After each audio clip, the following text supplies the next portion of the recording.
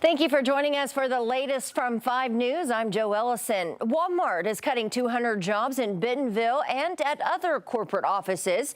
Walmart is citing reconstructing as the key factor in the decision. The retail giant declined to identify the areas getting cut, but according to a statement released to our content partners at Talk Business and Politics, a spokesperson for Walmart said the company is further investigating in key areas like e-commerce, technology, health and wellness, supply chain and advertising sales, and creating new roles to support their growing number of services for customers, suppliers, and the business community.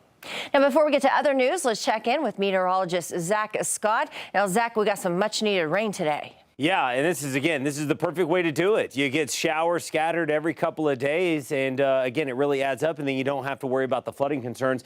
Scattered showers have been pressing as we've gone through our Thursday from north to south. A majority of the rain has fallen across northwestern Arkansas, as expected, and the showers have been fizzling out as they've tried to push further and further south. Overall, anywhere from a trace to around an inch and a half from I-40 north into Benton County, so some much-needed rainfall. Again, the clouds are slowly eroding from north to south as we go through our Thursday afternoon into the early evening hours. Some late day sun is going to try to peek in and get temperatures into more of the upper 80s. Areas that see a little bit more sunshine could even get into the low 90s. Again, let's walk you through the future track radar for the back half of your Thursday. Shower activity decreases from north to south. Lingering isolated showers possible late afternoon into the evening, mainly for our southern zones. But overall, we are going to be drying out with some scattered clouds lingering. We do linger with a late or an overnight shower chance. We're talking about 20% chance overnight and into the day on Friday. A real quick update for you. Some good news here. Drought monitor released today.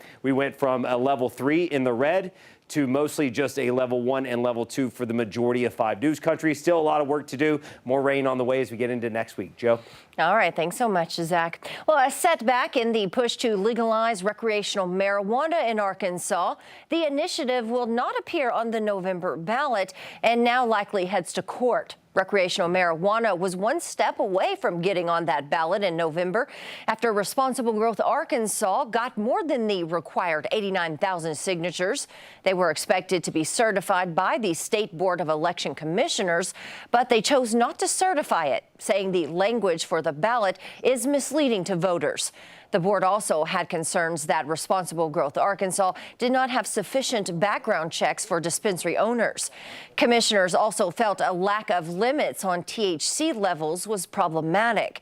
Responsible Growth Arkansas plans to appeal this to the state Supreme Court. State law requires the Supreme Court to act quickly to review this issue.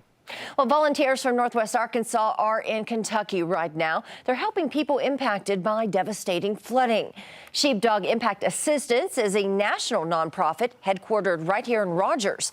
They help first responders and veterans. A group of 10 volunteers left for Kentucky yesterday. We've got members on the ground there that say it's the worst disaster that they've been a part of to date. A small regional disaster, but the way it's impacted those communities has been pretty severe. One of the teams that we have on the ground today is actually doing body recovery, so there's still quite a few bodies that are missing, and you can imagine the devastating impact that has on families. Now in Kentucky, officials there say 37 people have died from flooding. Now this group will also be helping with debris removal for what they expect to be a pretty busy 3 to 4 days. And Bikes, Blues and BBQ has announced this year's music lineup. This will be the first year the motorcycle rally will be held in Rogers after more than 20 years in Fayetteville. Bands will perform on the Butterfield stage at Rail Yard Live in downtown Rogers. 90 Pound Wrench will headline Thursday, October the 6th. The Dead Metal Society will close out that rally that Saturday night. You can read more about the lineup and this festival over on our website. That's 5newsonline.com. Well, now to some national news making headlines. A Russian court has sentenced U.S. basketball star Brittney Griner to 9 years in prison. The judge found Griner guilty of possessing and smuggling narcotics. Tina Kraus reports from London. From a cage in the back of the Russian courtroom, Brittney Griner listened as a translator passed along the verdict.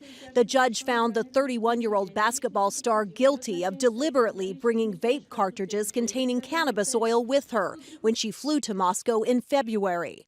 Before the verdict, Griner offered an apology to the court. I made an honest mistake, and I hope that in your real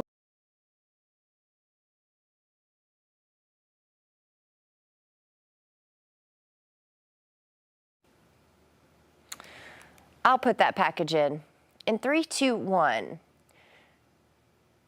Thank you for catching up with us here at 5 News. I'm Joe Ellison. Join us again tomorrow for more news and weather. Have a great day.